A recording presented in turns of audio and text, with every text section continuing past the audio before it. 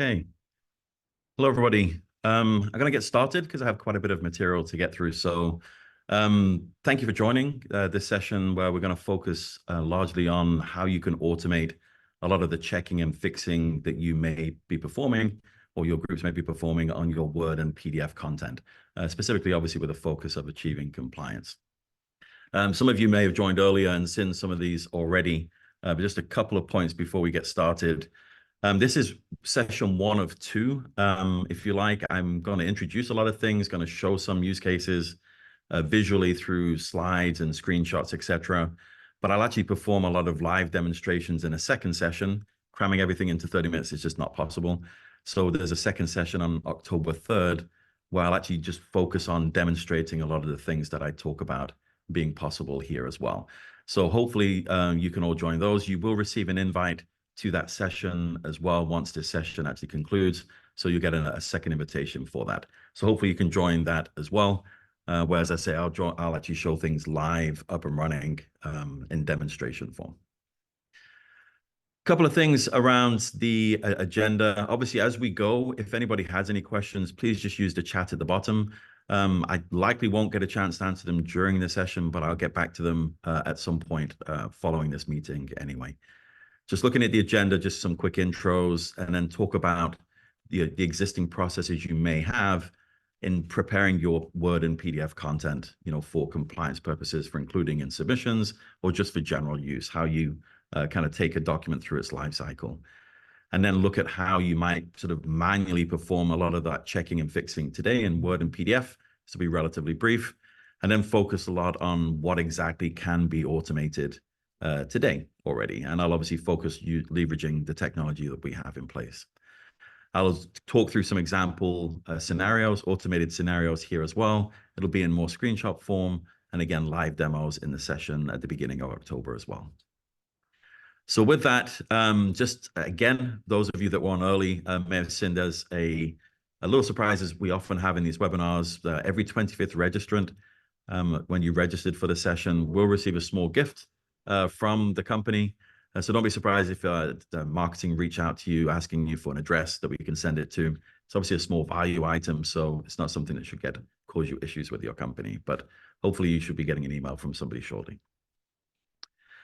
So looking at the existing processes you may have in place now in dealing with and preparing your Word and PDF content, before we look at how we can automate the fixing. If you take a document, obviously typically authored these days in tools like Microsoft Word, authored in Word, very manual process. There's some automation there in pulling content in, but largely manual process, reviewing that content.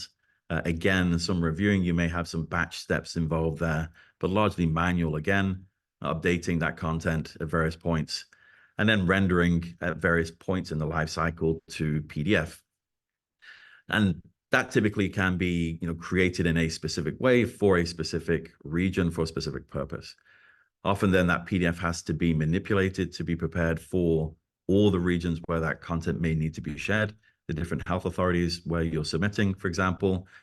And then those PDFs that have been manipulated then get included in the submission, you publish, and then you validate at the end.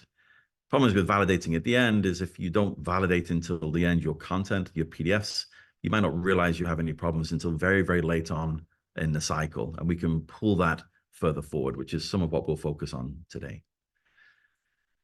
So in terms of why automating, obviously there's a number of reasons. A large part of it is obviously reducing risk or centralized around that by streamlining your process, accelerating that whole process for you.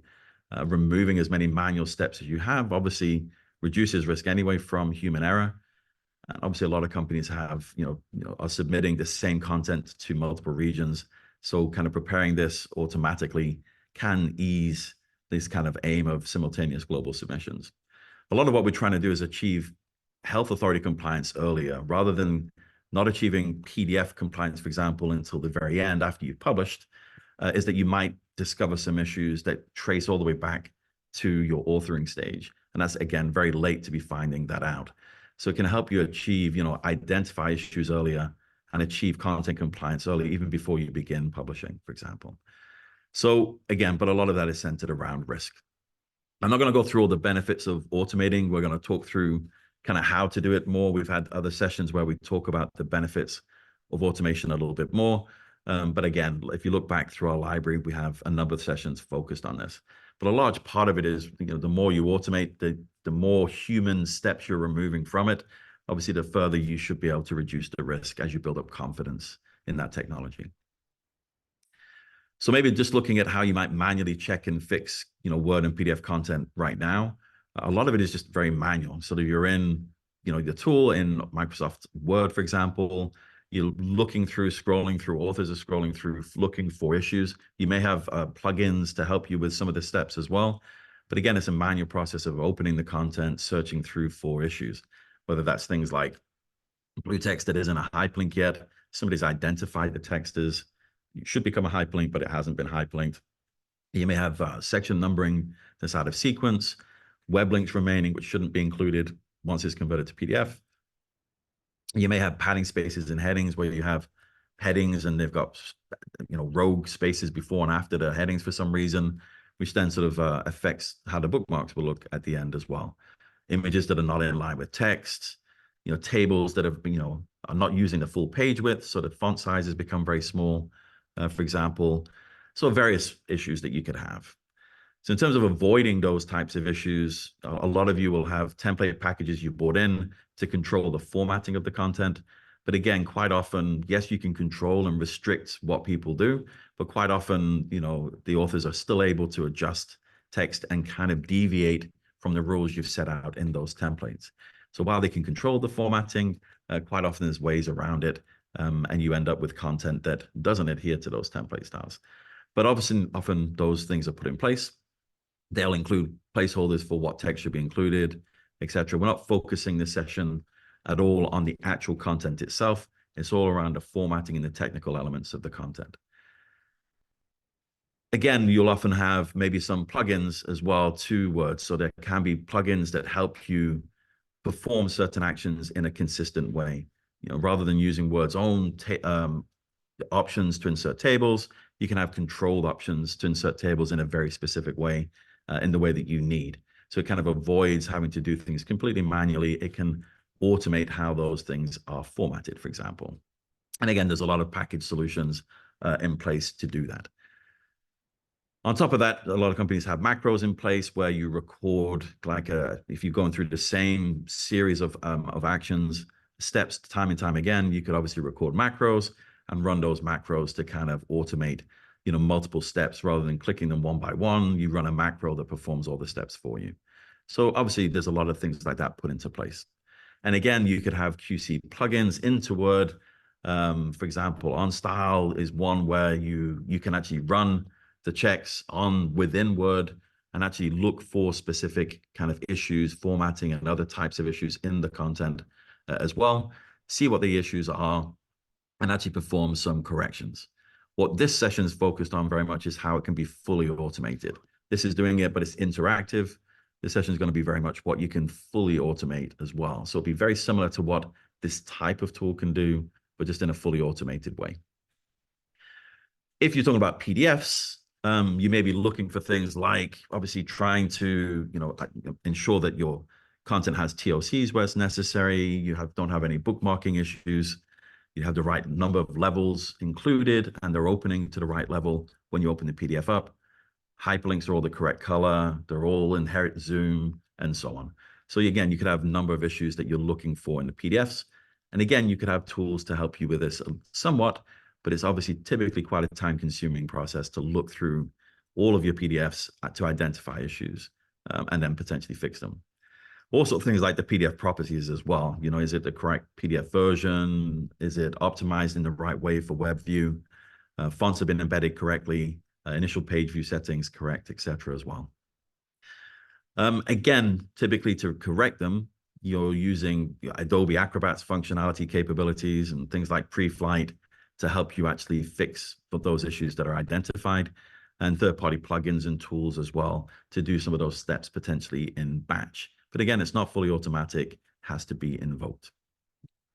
Obviously, that problem becomes even worse when you're dealing with multiple health authorities because you're potentially dealing with multiple PDFs from the same source, maybe having to treat them slightly differently, the way they're bookmarked, for example, for different regions.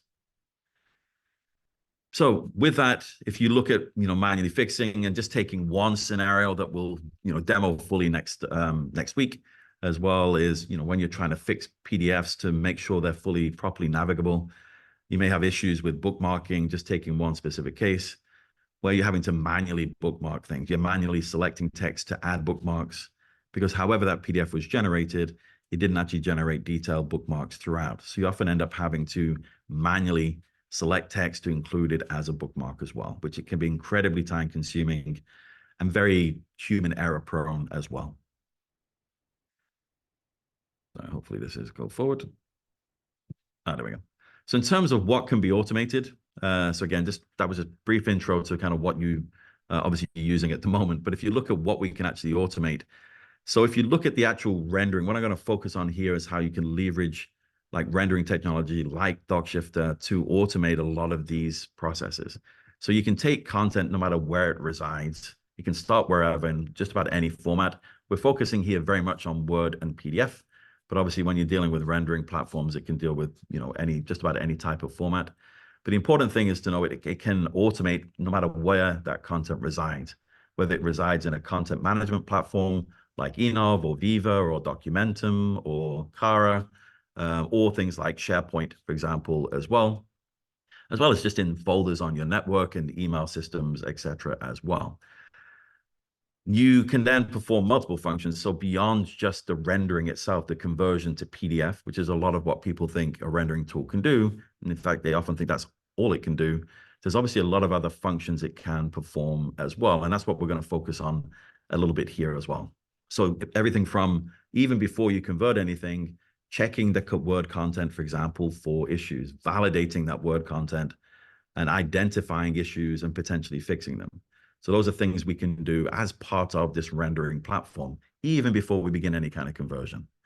There's a lot of other things that we can do, as you can see in the list. Obviously, a lot of things related to PDF, conversion to PDF or your high fidelity conversions, converting to other formats, non-PDF formats, merging multiple documents together, applying headers and footers, adding pagination, overlays, watermarks, making sure the bookmarks are detailed enough to ease the navigation during review, adding hyperlinks, for example, automated hyperlinking and cover pages and tables of contents, adding security or removing it and splitting documents up if need be, etc. Performing OCR and validating the PDF once it's been created, no matter how it was created, whether it was created using this rendering tech or any other rendering tech as well. You can validate the content to ensure that it's really ready to be included in a submission, and even whether it's really ready to share with a health authority yet. You will notice there's a couple of points in here about AI, is you can, during the automation, invoke various AI elements as well. And two use cases I'll show you that are early kind of development for us are the translation and redaction, the ability to kind of translate content that requires it, and also potentially redact. So I'll show you those a little bit later as well. So we basically combine different functions depending on the use case, depending on what you're looking to do. We can combine those functions to perform, to achieve a specific use case or results from a specific use case. So if you're looking for compliance, for example, you may just invoke a couple of the functions. If you're generating reports automatically, you may pull multiple of those functions together in there. And then restore the results back out wherever you need as well. So that can be out to, whatever repository the repository came from, or potentially store it out somewhere else also.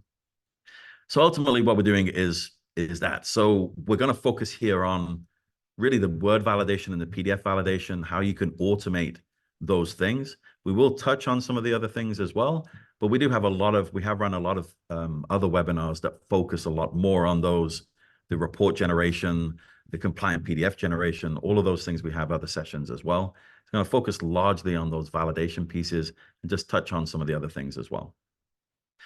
But that's what we'll focus on. But we will touch a little bit on if you're looking at creating compliant, output or report generation. Obviously, there are other things highlighted in yellow here that we can touch on, the merging, applying headers and footers, etc. as well. But even just to achieve compliance, sometimes you need to pull some of these elements in as well. For example, adding a TOC where it's necessary within that, for that specific region. But I will also focus on sort of, touch on the AI pieces, how you can pull that in. So as part of that automated flow, you can actually invoke some AI elements as well to automatically and in a very detailed way actually translate and redact content. So I'll touch on that as well a little bit later.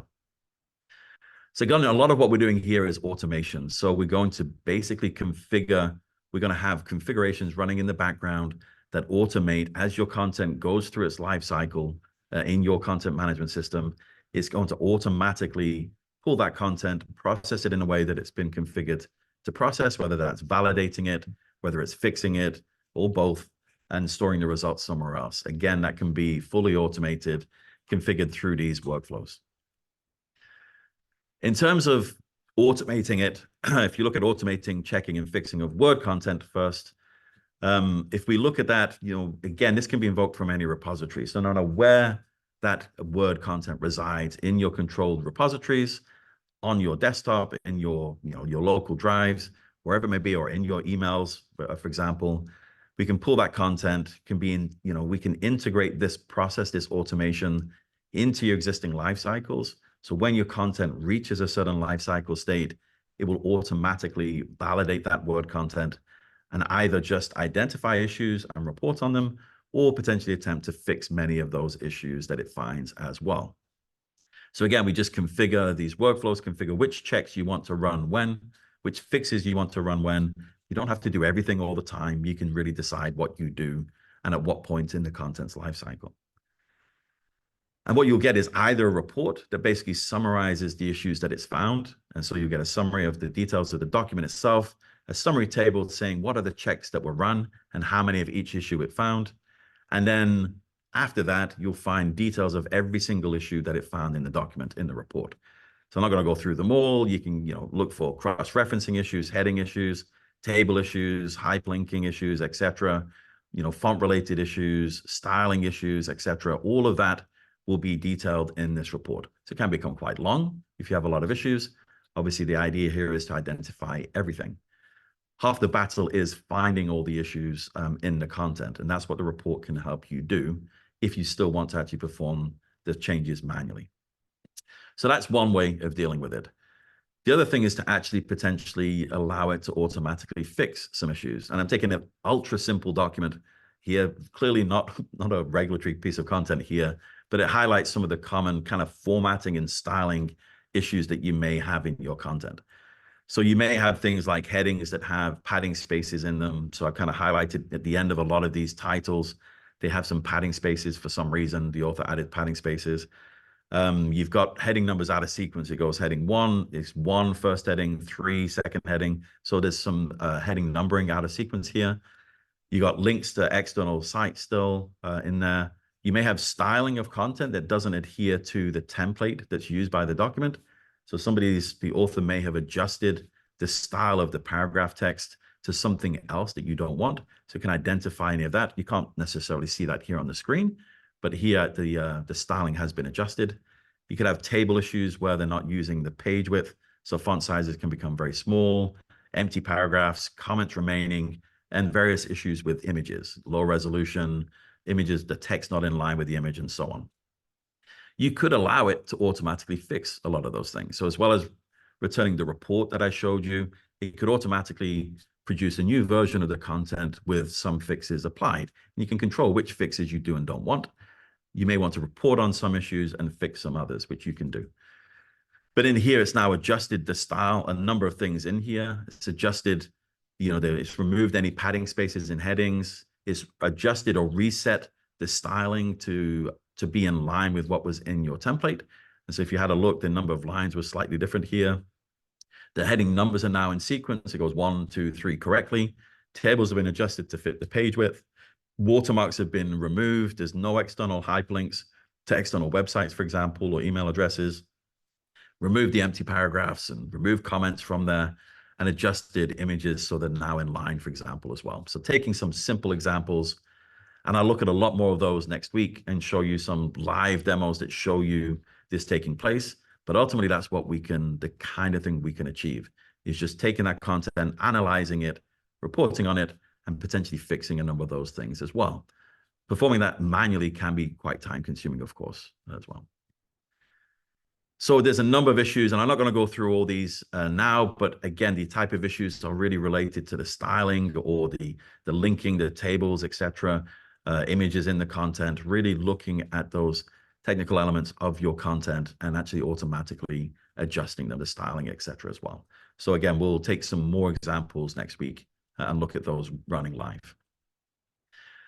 Another example in Word as well can be hyperlinking. So you can have content that has been authored and you've got various captions throughout. Just in this simple example where you've got tables, figures, and in the narrative text, you have text that references those tables, figures, etc. But the hyperlinks themselves haven't been created by the author. So it is possible to allow it automatically while it's processing the document, validating it and fixing it. We can configure it to automatically, with some automation rules, kind of apply some hyperlinks fully automatically for you. So instead of the author having to go back to the Word content or you having to go back to the author to say, okay, you need to create the hyperlink there, or only having the hyperlinks created in the PDF, you could automatically adjust those in the Word source by sort of automating the creation of those as well, based on some simple rules. And again, that's a scenario I'll demo in more detail next week, but ultimately that's the kind of thing we can achieve there. In terms of for PDF content, if we have a look, we've got, again, same kind of thing applies. This can be done from any repository. You can invoke this at any point. It can be combined with other things as well. We can render and then validate the PDF, or we can take a Word file, we can fix it, we can then render it and then validate the PDF all in one single flow as well. But ultimately here, what we want to do is check for various PDF related issues, compliance issues. So whether it's, the PDF version, whether it's optimized in the right way, bookmarking issues, hyperlinking issues, and anything that's broken, font embedding, the initial page views, etc. All of those things we can check automatically for you. So typically you'll have a process where somebody is checking the PDFs before you include them in the submission to really make sure they're submission ready. This can automate that for you by, again, configuring which checks you want to perform and either reporting on it, in which case you get a detailed report summarizing what issues have been found. So it tells you what checks were performed. In this case, it's made sure all my fonts have been embedded. In this case, that check has failed. So I know not all the fonts used in the document were embedded. So just a quick pass or fail on every check performed. This is kind of like your quality check on it. At the end of the report, it will actually give you more detail and say, okay, what specifically was wrong? So which fonts weren't embedded? And it gives you a list of the fonts that weren't embedded correctly. Which bookmarks have issues, which hyperlinks aren't correct, not set to inherit zoom, for example, or they're not blue. All those things then get detailed in the report. So again, I won't go through this list, but there's a whole heap of validation checks we can perform to, a lot of them are compliance related. Some of them are just really formatting and visual as well. And it can help you achieve your internal compliance as well as obviously your health authority compliance as well. So again, there's a lot of checks here we can run. And some of these I'll kind of show in more detail next week also. But again, there's a lot of things with automating content preparation in PDFs that, again, I'll just highlight two additional things that with PDFs can come up. So you mentioned about the hyperlinking in Word content. That can obviously also happen in PDFs where you've received PDFs, but those PDFs, you don't have no access to the original source, but you actually want to hyperlink the PDF as well. So you can use the same automated hyperlinker for PDF content as well as Word. But also automated bookmarking. So you may have a number of PDF files that for some reason or other have no bookmarks, just because of the way they were created externally before they were sent to you, or because they were OCR'd and have no bookmarks at all. Again, you can kind of configure it to automatically, set some rules to automatically, search for text to become bookmarked. And you'll end up with an automated set of bookmarks. So rather than having to manually go through, bookmark every single piece of text that you need, that can have been done fully automatically for you as well in the background. Again, all of these automations that I'm talking about involve no human steps at all. It's just when the document reaches the lifecycle state, that would happen automatically for you, and you get the results returned. taking a couple of the AI cases as well. So if you go a little bit beyond, obviously, just the pure kind of visual and styling issues, obviously, in terms of to be compliant, sometimes you need to actually translate some documents. If you take the content itself, obviously, some content needs to be, if you're submitting in different regions, that content might need to be translated as well. Whether that's clinical trial documents or regulatory documents, quality, product information, marketing materials, or various admin documents, or any type of content across your organization, you may have a need to translate it for some reason, whether that's for internal compliance or external compliance as well.